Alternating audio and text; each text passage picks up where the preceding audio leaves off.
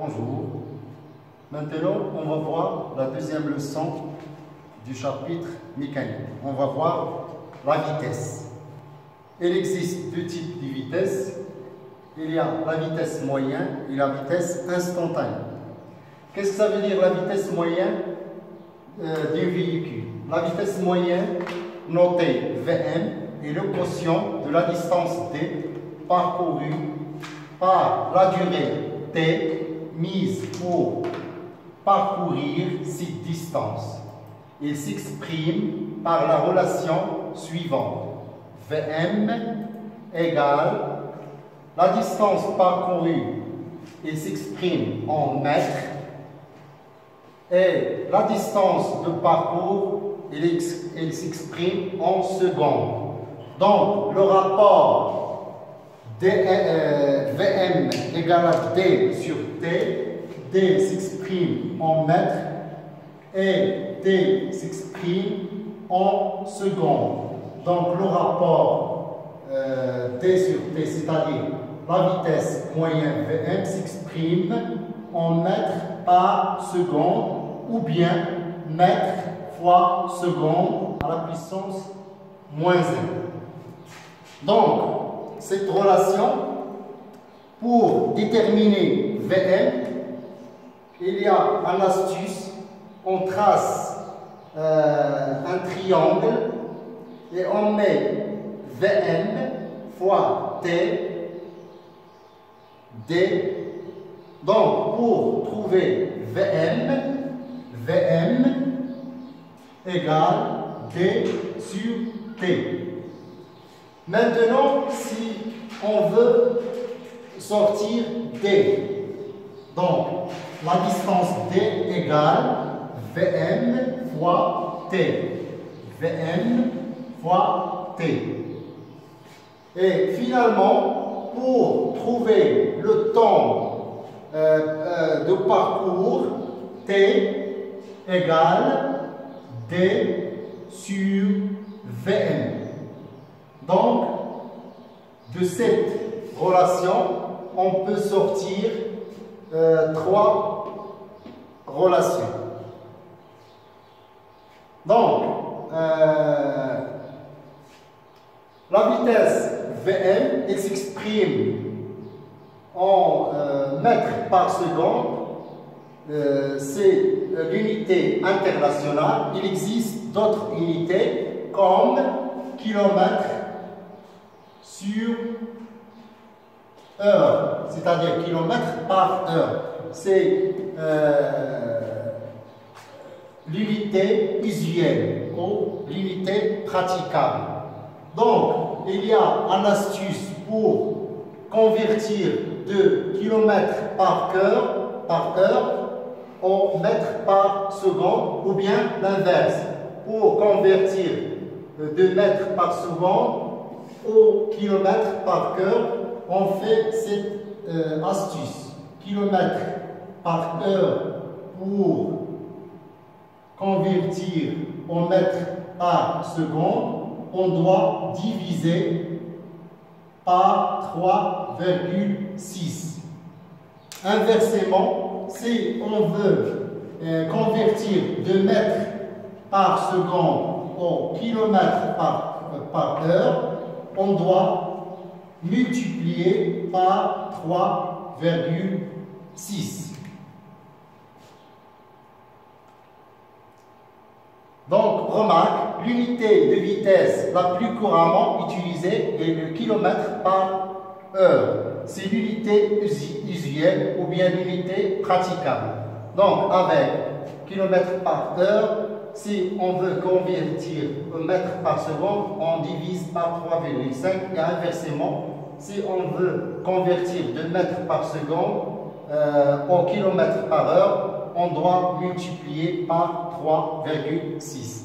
Donc, le deuxième type de vitesse, on trouve la vitesse instantanée. Qu'est-ce que ça veut dire la vitesse instantanée? Donc, la vitesse moyenne instantanée et la vitesse du mobile à un moment donné.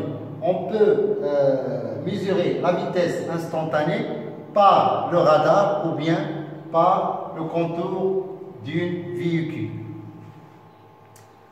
On passe à la nature de mouvement. Donc, il existe trois natures. Premièrement, mouvement uniforme, mouvement accéléré et finalement mouvement retardé ou bien décéléré ou bien ralenti. Qu'est-ce que ça veut dire le mouvement uniforme?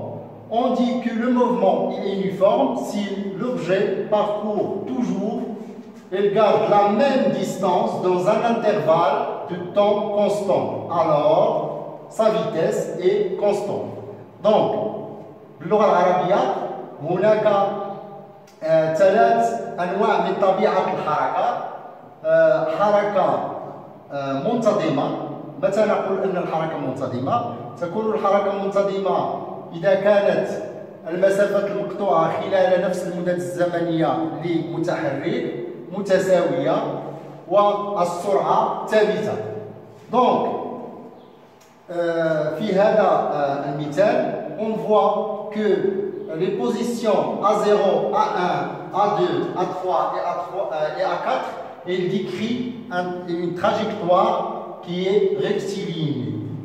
Et on voit que la distance A0, A1 égale A1, A2 égale A2, A3 égale A3, A4. Donc, cette moto, il parcourt la distance A0, A4 avec des positions A0, A1, A2, A3 et A4. Donc, la vitesse entre A0 et A1 égale, comme nous avons vu dans la relation, c'est la distance A0, A1 sur T. Et la vitesse entre A1, A2, c'est la distance A1, A2 sur même T, parce qu'il y a le temps entre les deux positions successives, ils sont égaux. Donc, comme on voit ici, la vitesse, ça sera constant aussi. On dit que le mouvement est uniforme. Le mouvement accéléré. On dit que le mouvement est accéléré si l'objet parcourt des distances de plus en plus grandes pendant des intervalles de temps égaux, alors sa vitesse augmente. الحركة المتسارعة، متى نقول أن حركة متحرك أنها متسارعة؟ إذا كانت المسافة المقطوعة خلال نفس المدة الزمنية تتزايد. On voit que A0, A1 plus grand que A1, A2, plus grand que A2, A3 et plus grand que A3, A4. Donc la vitesse entre A0, A1, ça sera plus petit que A1, A2 et A2, A3 et A3, A4. Donc la vitesse va augmenter, on dit que le mouvement est accéléré.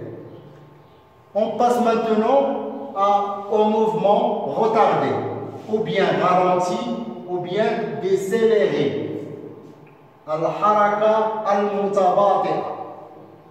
إذن متى نقول أن الحركة متباطئة؟ نقول أن الحركة متباطئة لمتحرك ما إذا كانت المسافات المقطوعة خلال نفس المدة الزمنية تتناقص والسرعة أيضا تتناقص. Donc, on dit que le mouvement est ralenti si le mobile parcourt des distances de plus en plus petites dans des intervalles du temps égaux. لاحظوا واحد القضية أن دائما المدة الزمنية المستغرقة التي تحتلها هذه المواضيع فهي متساوية، ولكن المسافات تتناقص.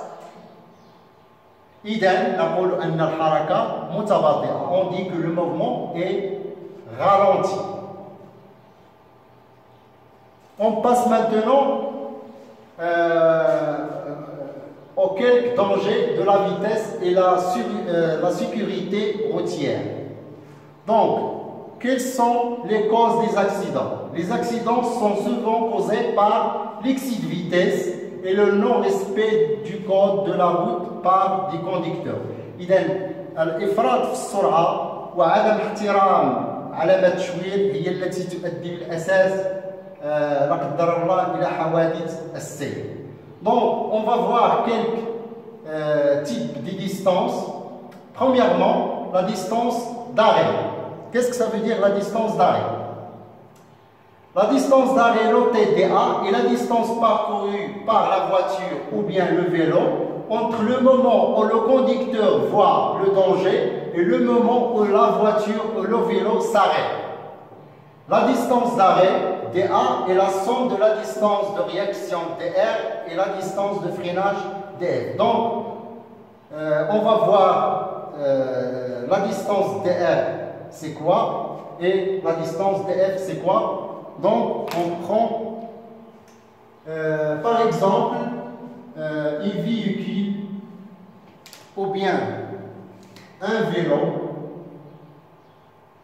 ou bien un mobile, ici, et on prend l'obstacle ici. Donc, on va noter la distance D entre la véhicule et l'obstacle.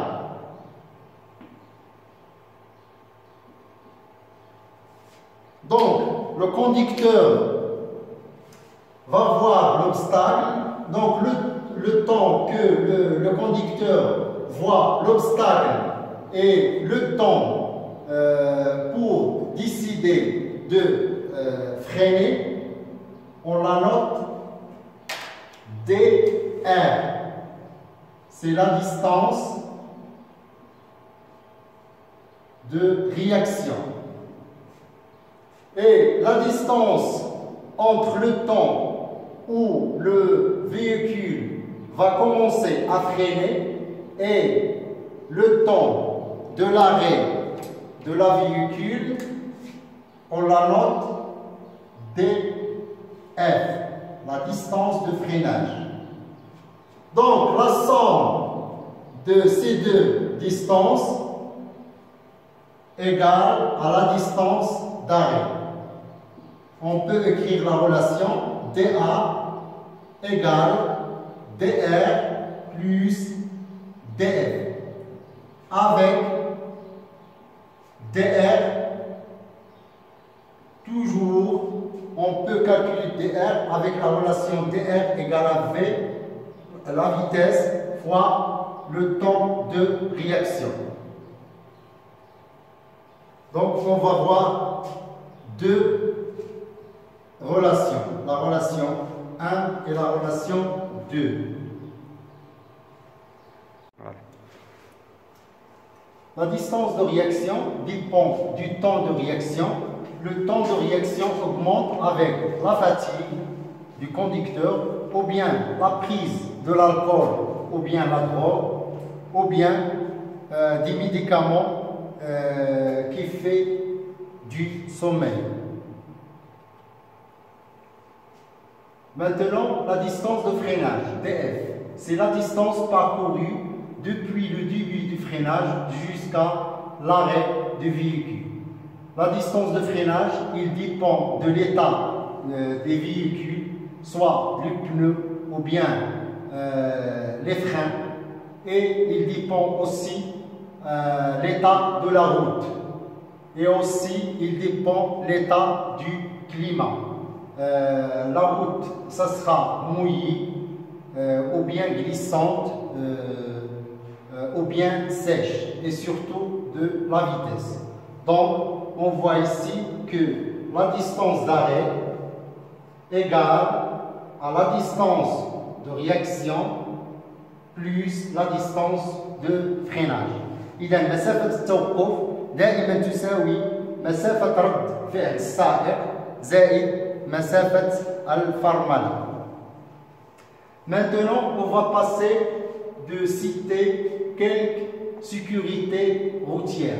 Donc, pour éviter les risques d'accident de la route, le conducteur doit respecter les limitations de vitesse ainsi que les panneaux de signalisation.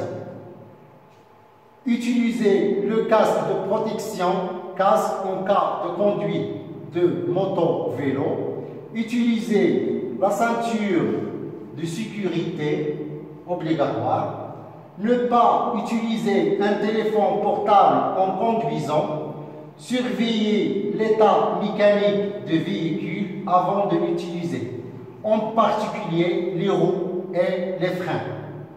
Donc, l'état de la véhicule, ça sera toujours vérifié. Évitez de conduire si vous prenez des médicaments qui font, par exemple, le sommeil et des substances qui affectent la concentration ou qui peuvent provoquer, comme on dit, le sommeil. Maintenant, on va passer de faire un exercice d'application. D'abord, il faut lire l'exercice attentivement et noter les données d'exercice. Donc, on a un conducteur dans un véhicule voit un obstacle.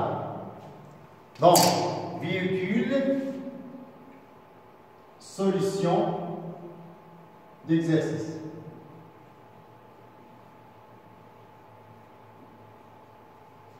Véhicule voit un obstacle. Obstacle. حاجز. Il voit un obstacle dans la route à 100 mètres. Donc, la distance entre le temps où le conducteur voit l'obstacle et l'obstacle, ça sera noté D égale 100 mètres. Après le temps de réaction TR égale 1 seconde, il commence à freiner, sachant que la vitesse est V égale 90 km par heure. Et la distance de freinage est DF égale 80 mètres. Donc, il faut toujours écrire les données et lire l'exercice attentivement. Premièrement, calculer la distance de réaction DR. Deuxièmement, donner deux facteurs qui influent sur la distance de réaction DR. Troisièmement, calculer la distance d'arrêt DA, conclure.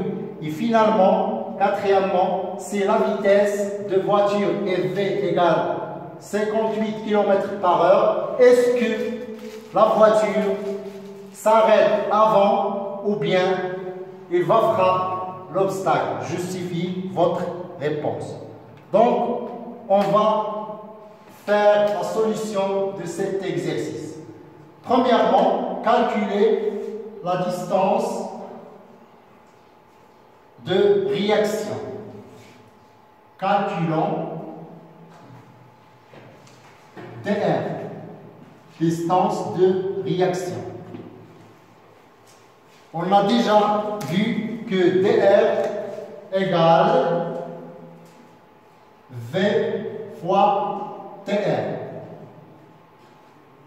Donc, l'unité de TR est 1 seconde. Donc, l'unité, c'est le second. Et la vitesse, V égale 80 km par heure. Attention, il faut convertir km par heure au mètre par seconde. Donc, on a déjà vu cette astuce. Donc, quand on veut convertir de km par heure à mètre par seconde, on doit diviser par 3,6. Donc, application numérique, 80 km par heure, donc sur 3,6, ça nous donne mètre par seconde, fois TR 1 seconde. Donc, on simplifie par seconde, il nous donne 25 mètres. Donc, DR égale 25 mètres. Deuxièmement, donnez deux facteurs qui influent sur la distance de réaction, dr. Donc, les facteurs qui influent sur la distance de réaction, premièrement, l'état du conducteur, حالة السائق، et l'excès de la vitesse. Parce que on a dr égale à v fois dr. Donc, si la vitesse augmente, aussi dr va augmenter. Et si le temps de réaction va augmenter, dr aussi, il va augmenter. Troisièmement, calculer la distance d'arrêt dA conclue. Donc, on a déjà vu la relation suivante. dA, la distance d'arrêt. هي مسافة التوقف. تساوي مسافة رد الفعل la distance d'arrêt زائد مسافة الفرمان la distance de freinage. Avec dr égale 25 mètres et df égale 80 mètres. D'où dA égale 25 plus 80, ça nous donne 105 mètres. Donc, on voit ici que la distance d'arrêt, on voit que dA égale 105 mètres, elle est supérieure à 100 mètres. Il est supérieur à la distance où le conducteur voit l'obstacle. Donc, la véhicule va frapper l'obstacle parce que la distance dA 105 est supérieure à 100. Donc, il va frapper l'obstacle. Quatrièmement, si la vitesse de voiture maintenant égale à 58 km par heure, est-ce que la voiture s'arrête avant de frapper l'obstacle? Justifiez votre réponse. Donc, pour répondre à cette question, on va calculer la distance d'arrêt. Donc, toujours cette relation, elle est très intéressante. dr à quoi égale? Donc, égale à v fois dr plus df. Avec v égale 58, on doit diviser par 3,6 pour passer en mètres par seconde. Fois 1 seconde plus df. df, elle est constante, égale à 80 mètres. Donc, d'après le calcul, on trouve 16,11 plus 80 égale 86,11 mètres.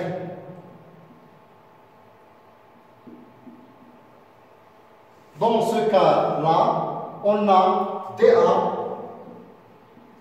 elle est inférieure à D. Donc, le conducteur ou bien la véhicule va éviter le choc. Le conducteur va éviter le choc. ou bien la véhicule, il doit s'arrêter avant de frapper l'obstacle. Et merci pour votre attention.